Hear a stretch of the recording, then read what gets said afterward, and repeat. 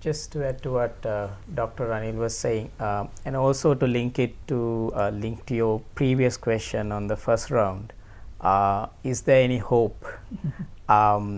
Is there anything that we could do, and how can we come out of this situation? Is an interesting topic to discuss, because we know what's going on, we know what has happened over the years, and it is on our hands now to find solutions, and solutions come within first.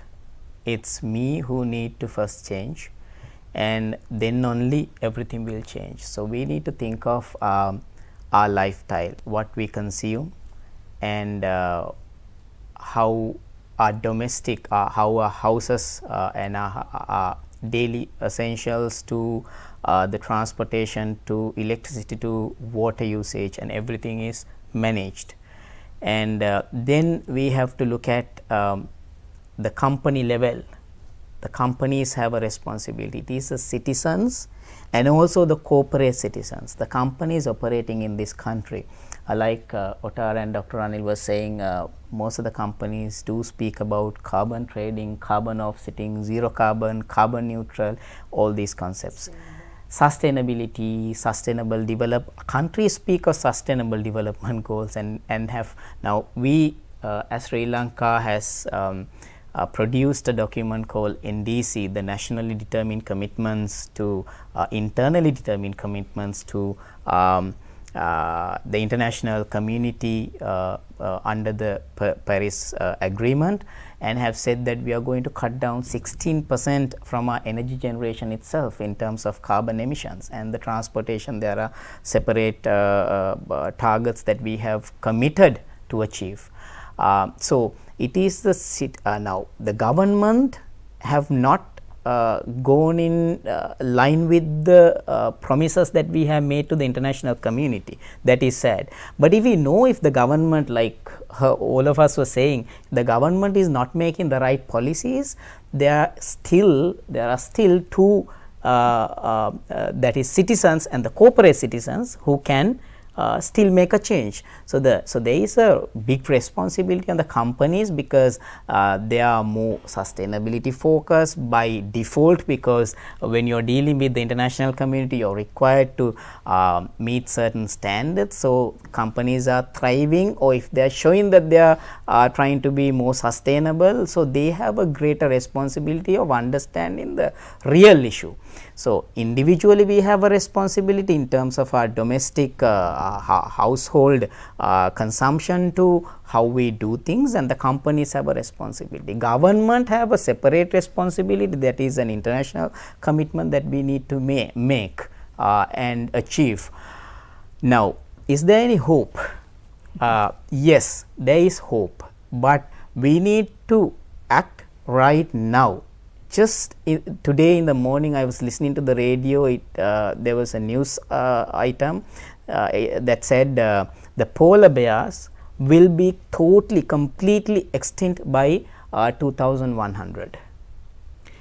There will not be any polar bears after 2100, research suggests. Now, with polar bears, you have the seal, that is their food, and then the seal population to the other issues in terms of diversity will occur, and that is just one species. We know a lot of species have been extinct over the last so many years, and every single day in this country itself, and we have point endemic species in this country in many places, and we have no plan how to protect them. So we have a hope, and that we still have an opportunity, and we need to understand it now and act now. For instance, now speaking of development, we spoke about a lot of things. Now we know a country like Bhutan, Costa Rica, or for that matter Ecuador you was mentioning about, and then Nigeria, for instance, the changes they are making in terms of sustainability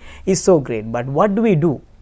Now just a month ago, we offer a tender to we decided to go ahead with another coal power plant, while in 2017 that the government said it has no plans to develop any more coal power plants. So this is the type of policies that will eventually put us in danger and contribute to the global warming, to the climate change, to the pollution and everything. So, and speaking of the forest cover, the government says it has 29.6% of a forest cover, while we know that there is no more than 9,500 square kilometers of forests.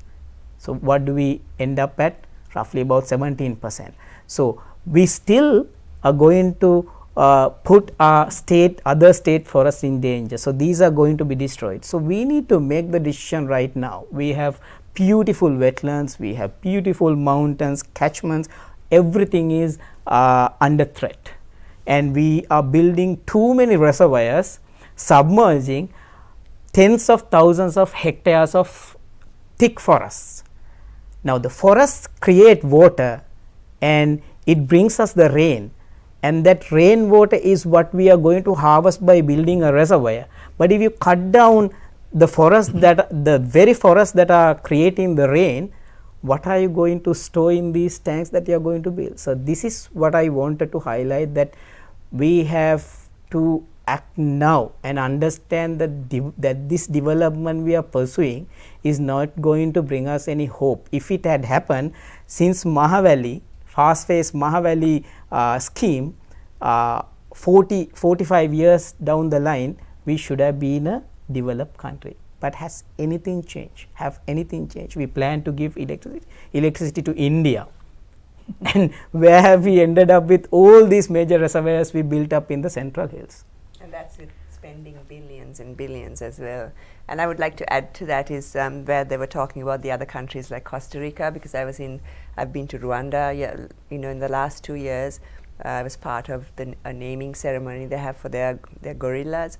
And that's one example that you can see where it's led by the president of the country, where environment is top priority of things to change from what it was to make it as part of policy of everything that they do and decisions they take. And they've brought such amazing change. The gorilla population has grown from something like 200 in the past. They were virtually almost extinct, and now they're up to like 650 gorillas. They're so protected. The forests are so well protected. They're connecting forests from one to the other to be able to increase the wildlife. They're, as we know, what they had before it was virtually, they lost virtually all their wildlife, and now they're the genocide, and then they're trying now to rebuild that. And like every decision, they took me through all the policies and what they're working on and all the reforesting and it's properly planned reforesting, not just to say we are having a tree planting and planting trees everywhere and then it's like a good, just as if we have done a good thing, but properly planned, properly, the whole where they want to go, they know with regards to the environment. And it's amazing change that's happening, and it's such a good example of where change is possible if you make it a priority, because they understand the link, how it's devastating their crops if there's no forest, and different issues like that come up. So positive change is possible if you have the will and if you have the desire and if you have the understanding and the knowledge of the importance of protecting the environment and making changes which are beneficial for the majority and for the whole country. That positive change is possible, and there is great hope. I'm afraid we got to stop again.